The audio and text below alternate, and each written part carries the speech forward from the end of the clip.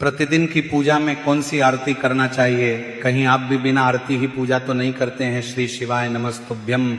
महाराज, आप सभी में से भी अधिकांश लोग अपने पूजा मंदिर में प्रतिदिन पूजा जरूर से करते होंगे और आपके मन में यह प्रश्न भी जरूर आया होगा कि हमें रोज की पूजा में कौन सी आरती करना चाहिए, कौन सी ऐसी आरती गानी चाहिए जिससे कि भगवान हमारी पूजा को स्वीकार करें और पूजा करते समय हमें किन नियमों का पालन करना चाहिए। इन सभी सवालों के जवाब आपको इस छोटी सी वीडियो के माध्यम से मिलने वाले हैं।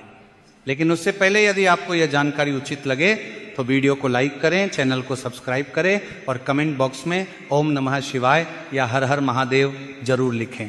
तो देखिए महाराज, घर की जो माताएं बहनें होती हैं वह अधिकांश घरों में पूजा पाठ करती हैं, यानी कि भगवान को प्रसन्न करने का कार्य करती हैं।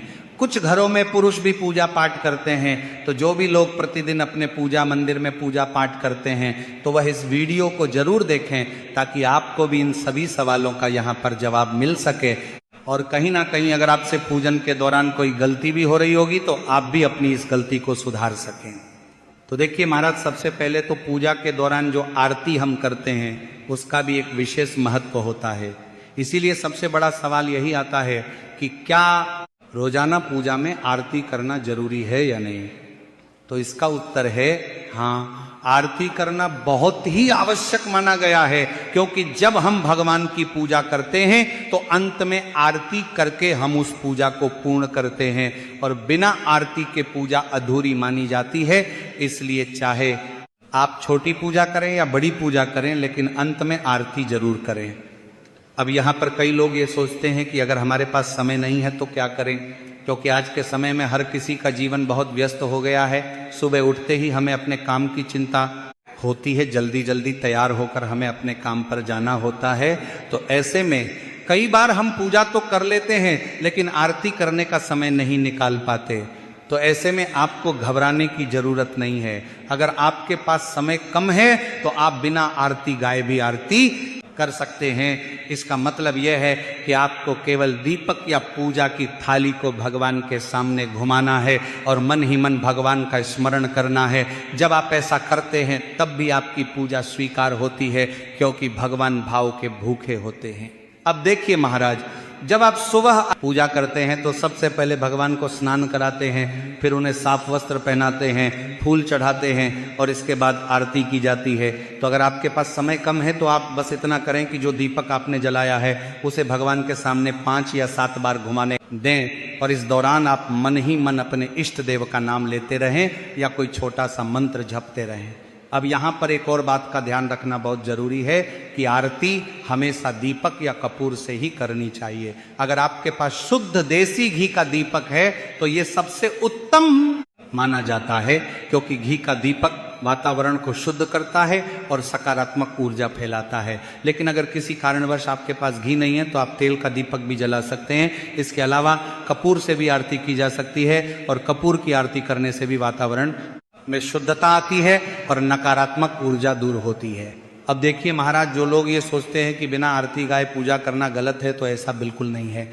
अगर आपकी मजबूरी है तो आप बिना गाए भी आरती कर सकते हैं, लेकिन आपको आरती करना बिल्कुल भी नहीं छोड़ना चाहिए, क्योंकि आरती ही वह प्रक्रिया है जिससे आपकी पूजा पूर्ण होती है। इसलिए चाहे जैसे भी हो लेकिन आरती जरूर करें। तो सबसे पहले हम ऐसे लोगों की बात करते हैं जिनके पास समय बहुत कम रहता है। यानी कि यदि आप रोज सुबह जल्दी उठते हैं और आपको अपने काम के लिए निकलना होता है, तो ऐसे में आप जल्दी जल्दी में पूजा करते हैं, तो उस समय आपको क्या करना चाहिए? सबसे पहले आप भगवान को प्रणाम करें, उन्हें जल अर्पित करें, फूल चढ़ाएं और फिर दीपक जलाकर भगवान के सामने 5 या 7 बार घुमाएं। इसके बाद आप अपने हाथों से उस आरती को लें और भगवान को भी अर्पित करें। फिर आप अपने कार्य के लिए जा सकते हैं और इस प्रकार की गई पूजा भी पूरी तरह से मान्य होती है। अब महाराज, हम बात करते हैं शाम के समय की पूजा के बारे में, क्योंकि बहुत से लोग सुबह तो पूजा कर लेते हैं लेकिन शाम के समय की पूजा को लेकर उनके मन में कई तरह के सवाल रहते हैं कि क्या शाम को भी उतनी ही विधि से पूजा करनी चाहिए, क्या आरती गाना जरूरी है या नहीं, और अगर मन नहीं लगता तो क्या करना चाहिए। देखिए, शाम का समय भी उतना ही महत्वपूर्ण माना जाता है जितना कि सुबह का समय होता है। सुबह का समय जहां एक नई शुरुआत का प्रतीक होता है, वहीं शाम का समय पूरे दिन के कार्यों के बाद भगवान के प्रति कृतज्ञता व्यक्त करने का समय होता है। जब हम दिन भर अपने कामों में लगे रहते हैं तो कई बार हम मानसिक रूप से थक जाते हैं। ऐसे में शाम की पूजा हमारे मन को शांति देती है और हमें एक सकारात्मक ऊर्जा प्रदान करती है। अब देखिए, शाम के समय पूजा करने का सबसे सही समय वो होता है जब सूर्य अस्त होने वाला होता है या हो चुका होता है। इस समय घर में दीपक जलाना बहुत ही शुभ माना जाता है, इसलिए कोशिश करें कि आप रोज शाम को दीपक जरूर जलाएं, चाहे आप आरती गाएं या ना गाएं। अब बात आती है कि शाम के समय आरती गाना जरूरी है या नहीं। तो देखिए, अगर आपका मन करता है, आपका मन शांत है और आप पूरे भाव से भगवान की आरती गाना चाहते हैं तो यह बहुत ही उत्तम बात है। लेकिन अगर किसी कारणवश आपका मन नहीं लग रहा है या आप बहुत थके हुए हैं तो आप बिना आरती गाए भी केवल दीपक से भगवान की आरती कर सकते हैं। अब देखिए महाराज, कई लोग ऐसा सोचते हैं कि अगर हमने सुबह आरती कर ली है तो शाम को करने की जरूरत नहीं है, लेकिन यह सोच पूरी तरह से सही नहीं है। सुबह और शाम दोनों समय की पूजा का अपना अपना महत्व होता है, इसलिए अगर संभव हो तो दोनों समय पूजा जरूर आता है, करें। लेकिन अगर किसी दिन आप शाम की आरती नहीं कर पाते हैं तो आपको परेशान होने की जरूरत नहीं है, आप केवल दीपक जलाकर भगवान का स्मरण कर सकते हैं। अब यहाँ पर एक और महत्वपूर्ण बात आती है कि जब हम शाम को आरती करते हैं तो हमें किन किन बातों का ध्यान रखना चाहिए। तो सबसे पहले तो ये ध्यान रखें कि पूजा स्थान साफ सुथरा होना चाहिए। दीपक जलाने से पहले भगवान को प्रणाम करें और फिर शांत मन से दीपक जलाएं। इसके बाद उसी दीपक को भगवान के सामने 5 या 7 बार घुमाएं। अगर आप आरती गा रहे हैं तो बहुत अच्छा है, लेकिन अगर नहीं गा रहे हैं तब भी मन ही मन भगवान का नाम लेते रहें। अब महाराज, हम बात करते हैं कि जब हमारी आरती पूरी हो जाती है तो उसके बाद हमें क्या करना चाहिए। देखिए, बहुत से लोग आरती करने के बाद सीधे अपने काम में लग जाते हैं, लेकिन कुछ छोटी छोटी बातें हैं जिनका ध्यान रखना बहुत जरूरी है। जब आप आरती पूरी कर लेते हैं तो सबसे पहले उस आरती को भगवान को अर्पित करें, उसके बाद स्वयं भी आरती लें। इसका मतलब यह है कि आप अपने हाथों से उस दीपक की गर्मी को अपने माथे या आंखों के पास लगाएं। यह एक प्रकार से भगवान का आशीर्वाद लेने का तरीका होता है। इसके बाद दीपक को भगवान के सामने ही रख दें। अब महाराज, बात आती है उन लोगों की जो घर पर रहते हैं और जिनके पास पर्याप्त समय होता है, खासकर घर की माताएं बहनें। तो ऐसे में आपके मन में यह सवाल जरूर आता होगा कि आखिर प्रतिदिन की पूजा में कौन सी आरती करनी चाहिए, क्योंकि जब आपके पास समय है तो आपको पूजा भी पूरी विधि विधान से करनी चाहिए ताकि आपको उसका पूरा फल प्राप्त हो सके। देखिए, जब भी आप आराम से बैठकर पूजा करते हैं तो उस समय आपको आरती गाकर ही करनी चाहिए। इसलिए अगर आपके पास समय है तो आप जरूर आरती गाएं। अब यहाँ पर एक और महत्वपूर्ण बात आती है कि हमें कौन सी आरती गानी चाहिए, क्योंकि बहुत सारे लोग इस बात को लेकर भ्रमित रहते हैं कि रोज अलग अलग भगवानों की आरती करनी चाहिए। यानी कि सोमवार को शिव जी की, मंगलवार को हनुमान जी की, बुधवार को गणेश जी की, गुरुवार को विष्णु जी की, शुक्रवार को लक्ष्मी जी की और शनिवार को शनिदेव की। तो महाराज, आपको ऐसा नहीं करना है। देखिए, इसका उत्तर बहुत ही सरल है। आपको अपने इष्ट देव की आरती करनी चाहिए, यानी कि जो भगवान आपको सबसे ज्यादा प्रिय हैं, जिन पर आपका सबसे ज्यादा विश्वास है, आपको उन्हीं की आरती करनी चाहिए। क्योंकि भगवान एक ही हैं, बस उनके रूप अलग अलग हैं। कोई शिव जी को मानता है, कोई राम जी को मानता है, कोई कृष्ण जी को मानता है, तो कोई माता रानी को मानता है, लेकिन सभी का उद्देश्य एक ही है और वह ईश्वर की भक्ति। इसलिए आपको भ्रमित होने की जरूरत नहीं है। आप जिस भगवान को अपने दिल से मानते हैं उसी की आरती करें।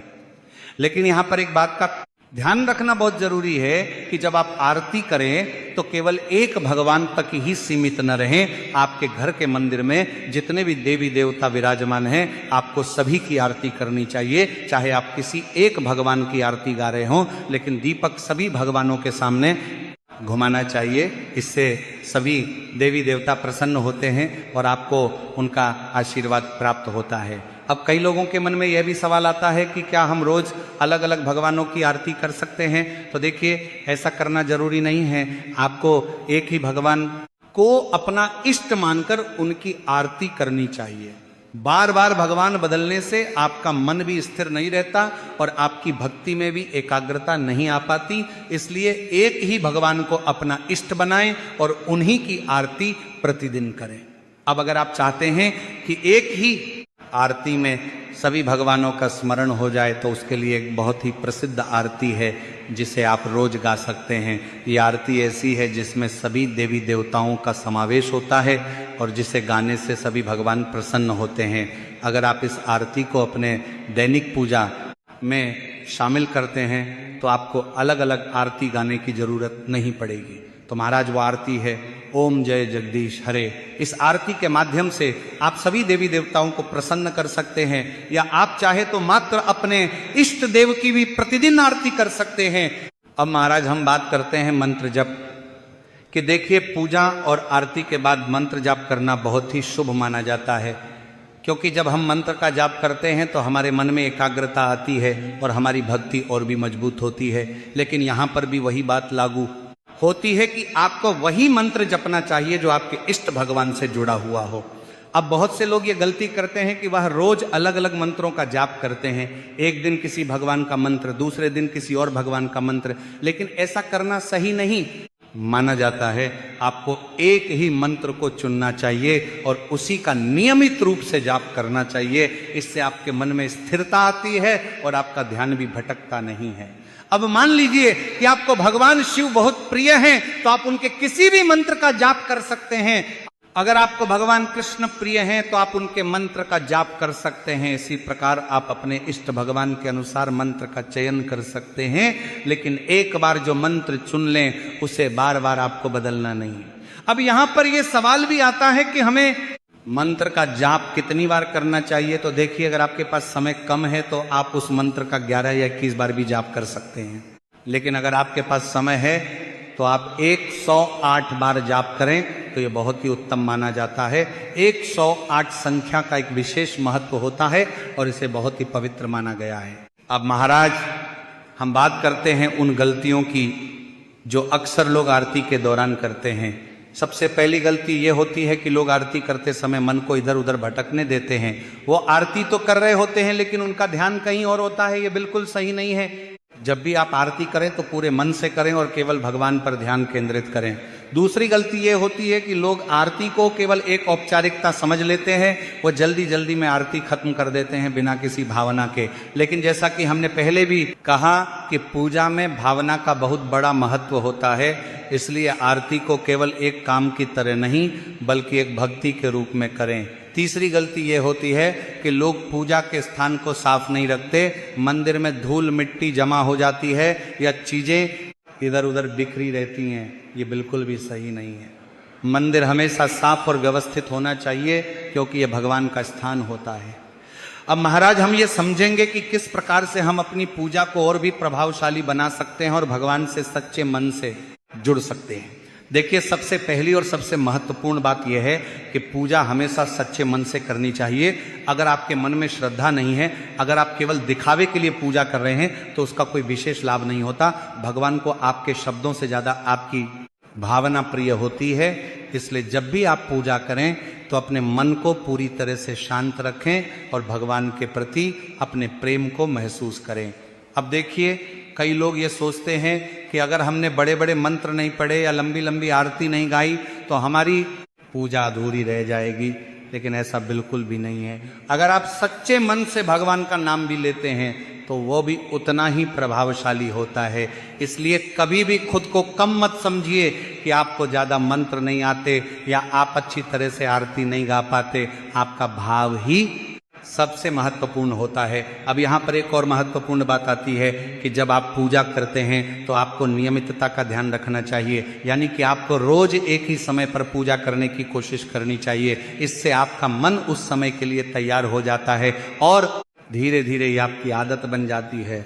जब पूजा आपकी आदत बन जाती है तो आपको उसमें आनंद आने लगता है और आप उसे बोझ नहीं समझते। अब बात करते हैं ध्यान की।